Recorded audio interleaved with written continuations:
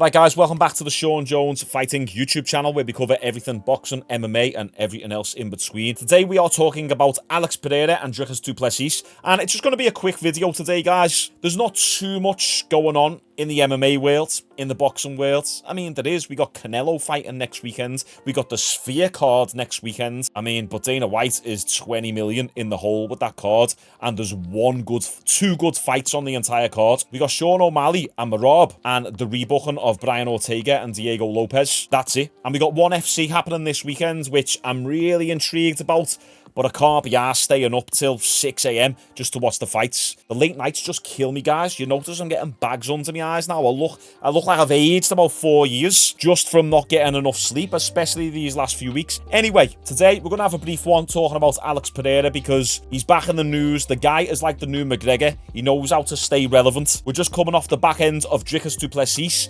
absolutely destroying Adesanya, rocking him on the feet and then taking him down and choking him out. The end of the Israel Adesanya era and the beginning of the du Plessis era. And immediately after du Plessis won, before he even done his post-fight interview, Alex Pereira posted this right here, and he said he's coming down to 185 one more time, which would be insane. The man won the title at 185 pounds, went up to 205, claimed the title there, has defended the title and then come back down to 185 to reclaim the title again. The man can just do it all. Imagine if you throw a heavyweight title into the mix right there. You're looking at like the greatest combat sport athlete of all time. Pretty much, or you can make a good argument for it. Well, yesterday or the day before, he reposted the same image with a new caption, and the caption says, "I'm focused on my next fight and I'm going in prepared, but you never know what can happen, so regardless of the result, I want to go down one more time to the middleweight division and go for the belt. Hey Dricus, bring me your will to fight me so you can prove that you are better than me. With your public statement, it is easy to make this happen. Shama fire emoji." Okay, when he said bring me your will, I thought he meant like a death will, because you're going to die. But I do think stylistically this matchup, like Dricus du Plessis has got a good chance of winning this fight, because Pereira has shown vulnerability in getting taken down, and du Plessis, you can't underestimate him, lads.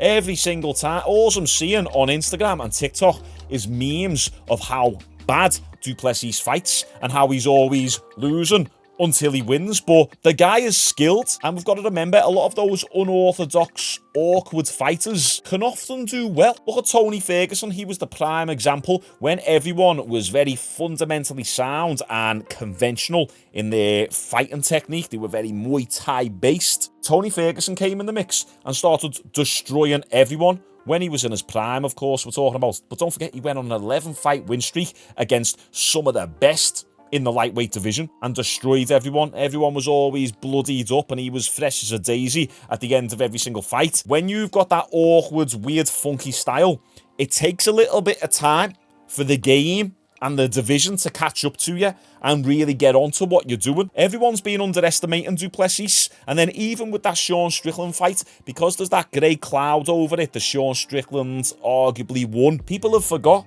how good du Plessis is. So it was good for du Plessis going into that Adesanya fight, because his last fight against Sean Strickland, the storyline was, well, Sean Strickland's won that, and people weren't paying attention to du Plessis' skills, and everyone was too busy laughing at him and saying he looks bad. It does pain me to say it, but I do think du Plessis has got the ability to beat Alex Pereira. Alex Pereira is my favourite fighter right now. I want him to win every single fight that he's in, but I definitely think this could be a really good matchup. Du Plessis responded to Alex Pereira saying this: "Alex Pereira, you and your boyfriend Sean Strickland can have a domestic dispute on who gets slept first. I'll be honest, du Plessis, he's a dark horse with the humour. He's quite funny." Once again, du Plessis is that type of guy who you could go to the pub with and have a pint. Right now, du Plessis is the guy. He's got a target on his back, and because of his awkward style, everyone in the middleweight division thinks that they can beat him. Right, next we have a clip of Dana White talking about the Alex Pereira call-out to du Plessis and du Plessis' response. And what he says here, it's kind of like he's trying to shut down any potential du Plessis and Alex Pereira fight in the future. Let's take a listen. Did you see Alex Pereira's tweet today, or Instagram post today? I didn't, but Lene told me about it. Yeah. Shout out to Kevin Ioli. This is the guy who challenged Dana White on the whole John Jones pound for pound best in the world thing the other day. Oh, and by the way, I have no idea how it happened, but that video almost got 500,000 views. We did a Dana White press conference reaction video and it got 500,000 views. That's actually the most views I've ever had on an MMA related video. So I'm happy.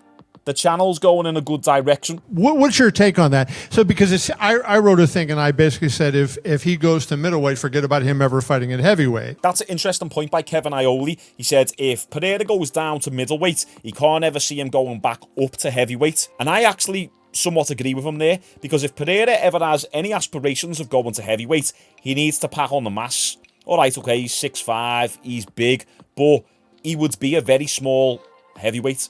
You got to remember, even at light heavyweight, he's no longer massive. At middleweight, he was clearly bigger than everyone, but light heavyweight, that size difference is being negated massively. So imagine him going to heavyweight and fighting Tom Aspinall. He would be drastically undersized.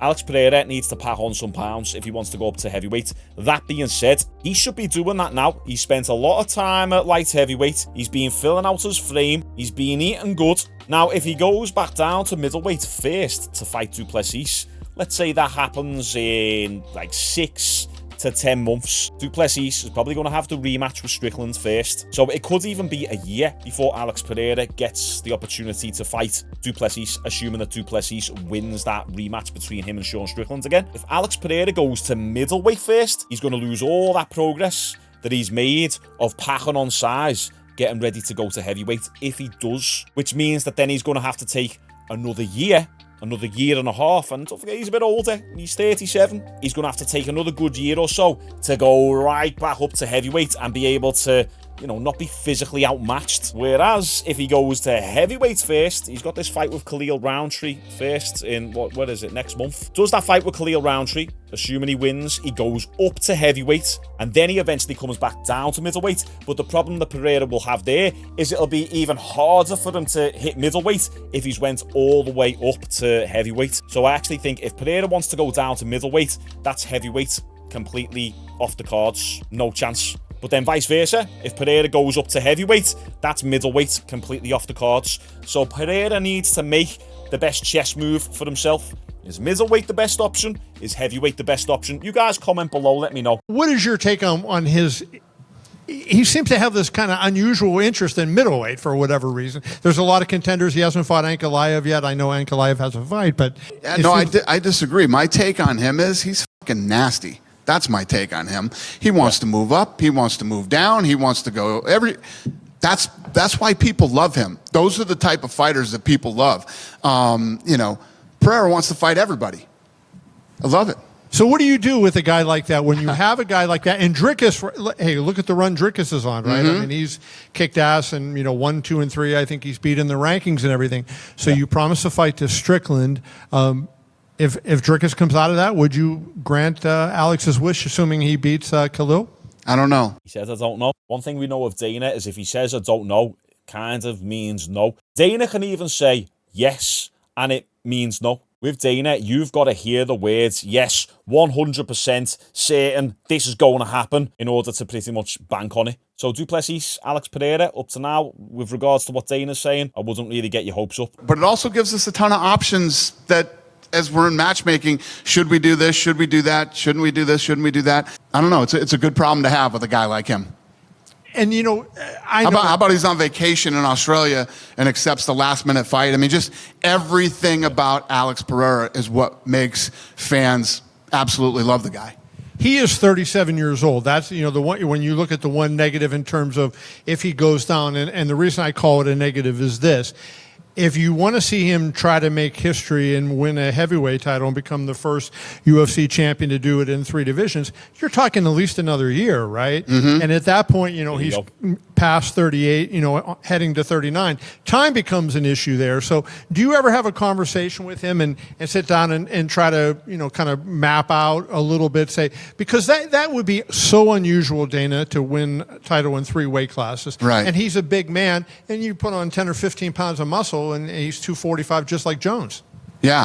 I'm glad Kevin said that because I haven't even watched this interview prior to this video. So me and Kevin were tuned into each other. We're onto the same points. Let's go. I might as well be a professional MMA journalist. Get me in the room. I'll ask the questions.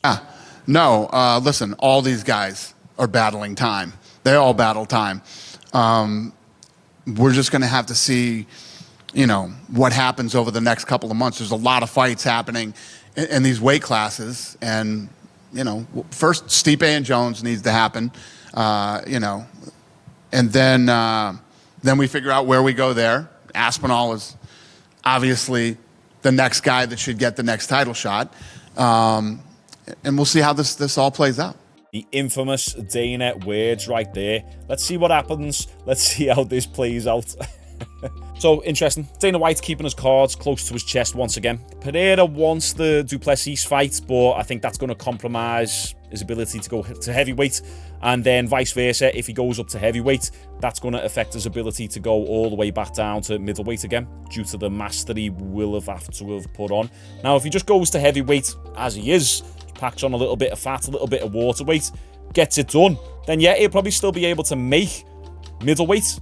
But that's not the smart thing to do. Pereira needs to put on a bit of muscle. He's a big guy, but he's actually fairly narrow. If you look at his clavicle, he hasn't got wide shoulders. He's just really tall and dense. Big legs, you know, big glutes, no diddy, big head, but he's actually very narrow and dead slim. Tom Aspinall's frame would put Alex Pereira's frame to shame. That rhymed again. Oh no, I'm kind of insane. So what do you guys think? Pereira's got two paths to choose here. Well, three paths.